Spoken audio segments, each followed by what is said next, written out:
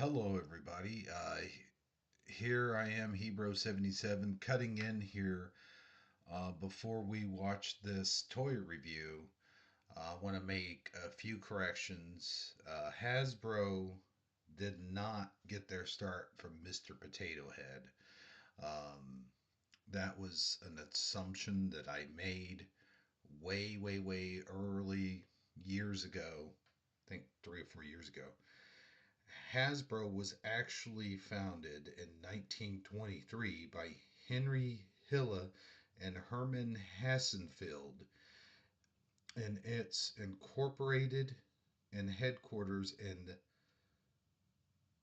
um, Pawtucket, Rhode Island. I know I probably mispronounced that.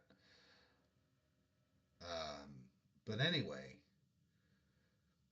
their first toy was not Mr. Potato Head. I had made that mistake when I did this video previously. I know that this video has a lot of views on the other channel, but this is a re-upload to my new channel. So with that in mind, enjoy the video. Thank you. One more thing I'd like to add is that no, Mr. Potato Head did not start off Hasbro, but had it not been for Mr. Potato Head, they may have been a very different company. They may have, in fact, gone under. But anyway, enjoy the video. Warning, Hebrews Toys Reviews is not intended for children. It is for adult collectors and the people over the age of 18.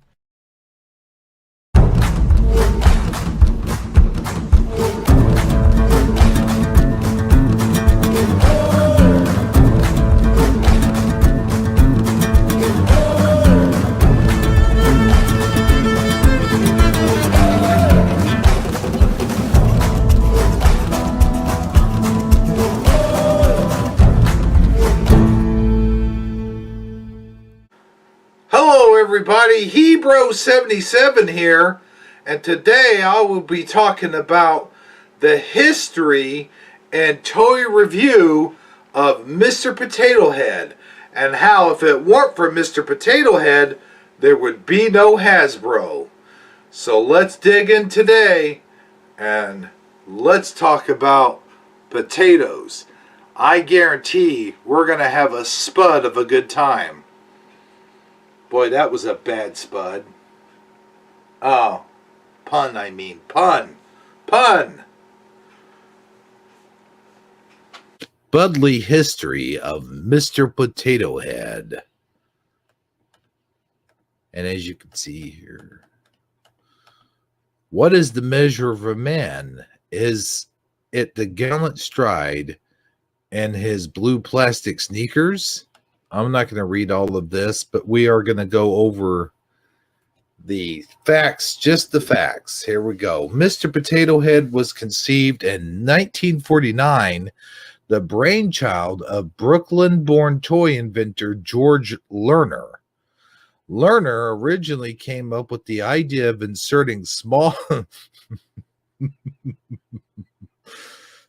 pronged body parts into fruits and vegetables to create a funny face. Man, you see, World War II had just ended and times were tough, which is why folks like Lerner often took potatoes and other sturdy veggies straight from the garden, creating crude dolls for children in the family. As a child, Lerner reportedly made potato dolls for his sisters using other fruits and vegetables like grapes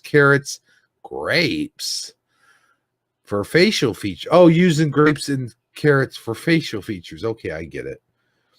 But although Lerner's idea made sense at the time, some frowned on the practice of wasting valuable produce as the war raged on. Eventually, a food company agreed to pay him small licensing fee to distribute his packet of plastic potato facial pieces, and as a prize, in their cereal boxes.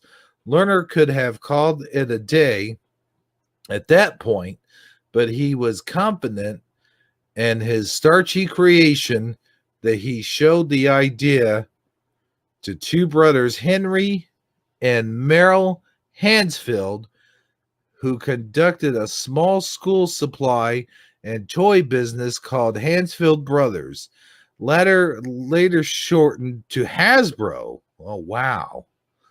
Maybe you've heard of it. Yeah, I think we have.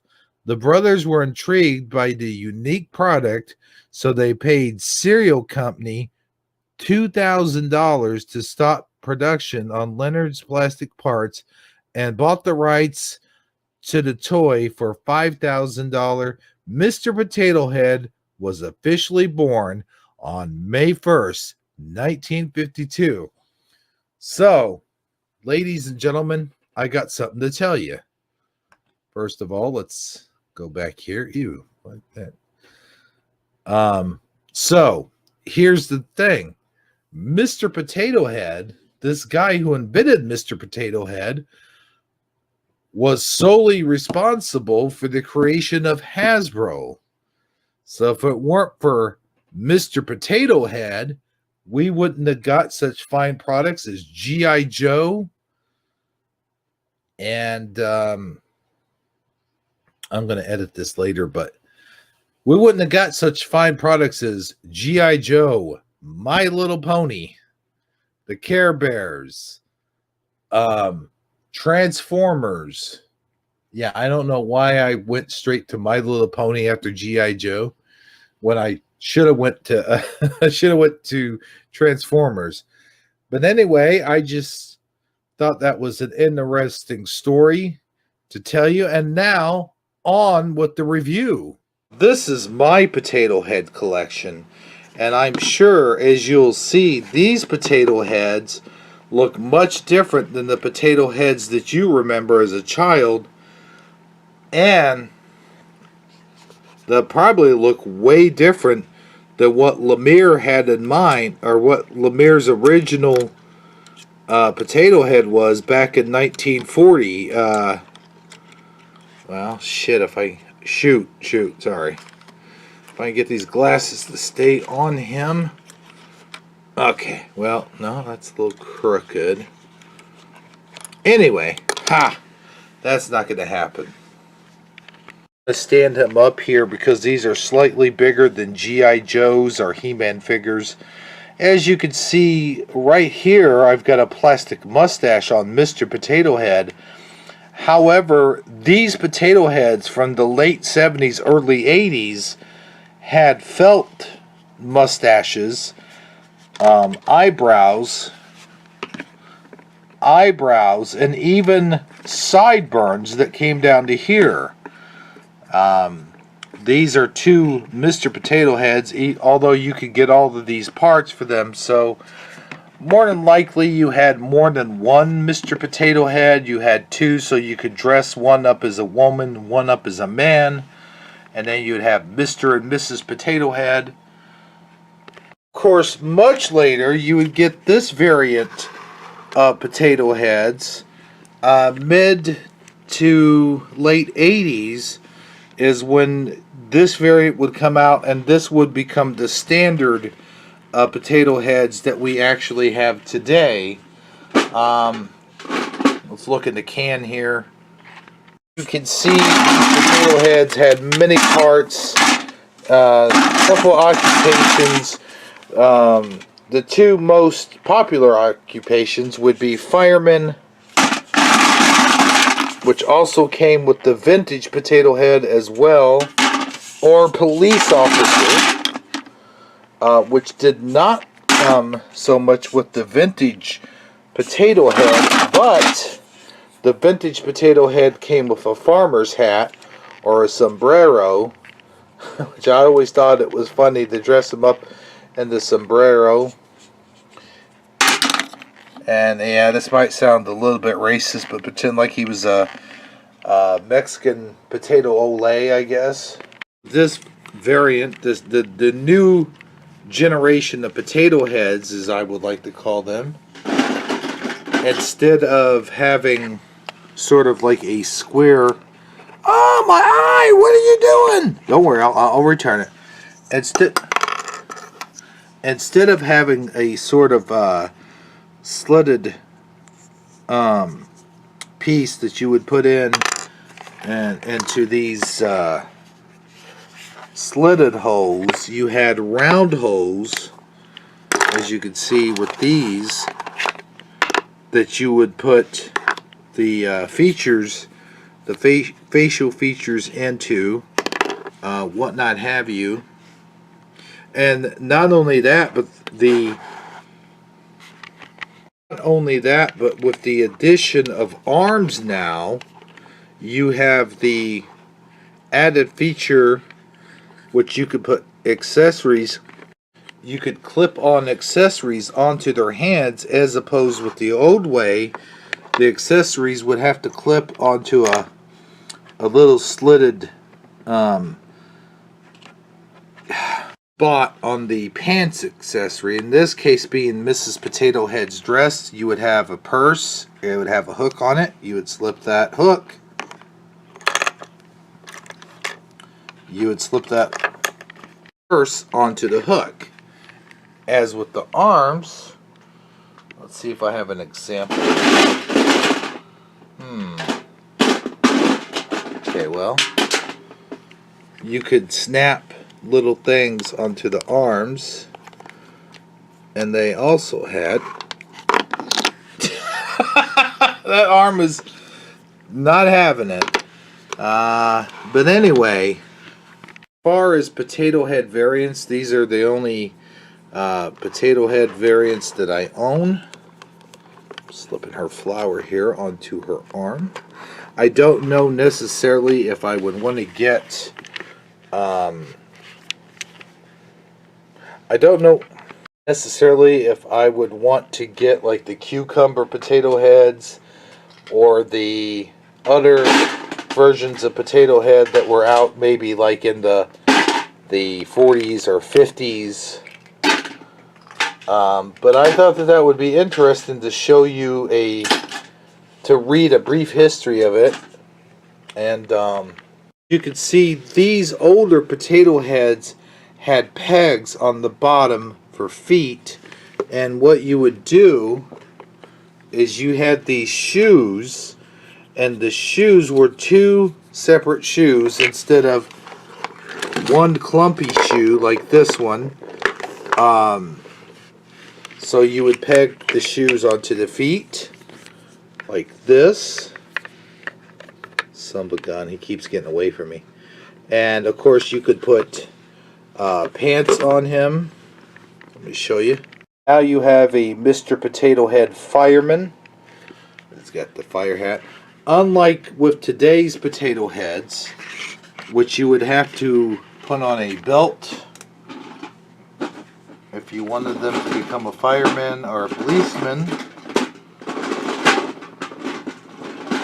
or even just simply slip on a hat. There you go.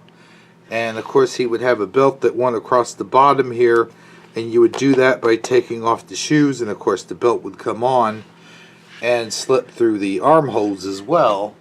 I do not have the fireman belt, but I do have the policeman belt. Now you have Officer Potato Head and Fireman Potato Head. They're ready for action. Not sure exactly where this thing came from, but they also had like these little potato heads. I just happened to put shoes on him. Maybe McDonald's or whatever, but I call this Little Spud or Baby Potato Head, and I just sort of put him on these big shoes. You know how little kids sometimes like to wear their mom or dad's dress up like mom or dad.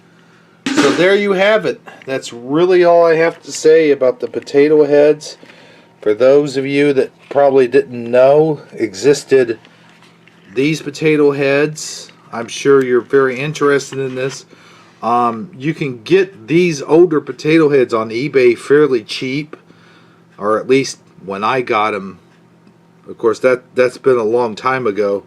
Get them fairly cheap. The most missing piece, there's two most missing pieces. One of the missing pieces is the pipe, which Mr. Potato Head no longer comes with a pipe. There was even a pipe for this more modern Potato Head, but it was a green pipe, and I can't find it. I think it's in my other bucket of accessories. But yes, the pipe was discontinued, I think sometime in the 90s when they wanted to sort of convey, you know, no smoking, kids. Not even fake plastic pipes. Sorry.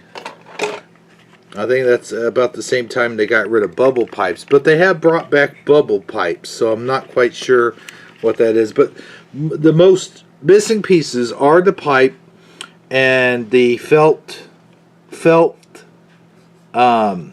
sideburns, eyebrows, eyelashes, and also he came with felt mustaches. This is a plastic mustache I have on him. Notice that once you have all their accessories off and you stack them just so, and this Charlie Chips can, which is a joke in itself, they fit quite nicely. And you lit it. Well, sort of. It looks like I'm going to have to rearrange that. Does it for this review. Camera's tilted slightly. A little history on the Mr. and Mrs. Potato Heads. You got to see some of the older potato heads as long as the newer potato heads, or as well as the newer potato heads, I should say. And yeah, if it wasn't for them, we would have no Hasbro. They were sort of the Lemaire guy was sort of the entrepreneur of his day, if you were, and you know, he met with Hasbro and they got the ball rolling. So there you have it. That's all I got pretty much to say about that. Oh, for my next review, we will be reviewing the Prince Adam Sky Sled. With Prince Adam, of course. And that will be on the next review. So look out for that one. Until then, this has been Hebro77 saying, knowing isn't just half the battle, it's the whole damn war. See you next time.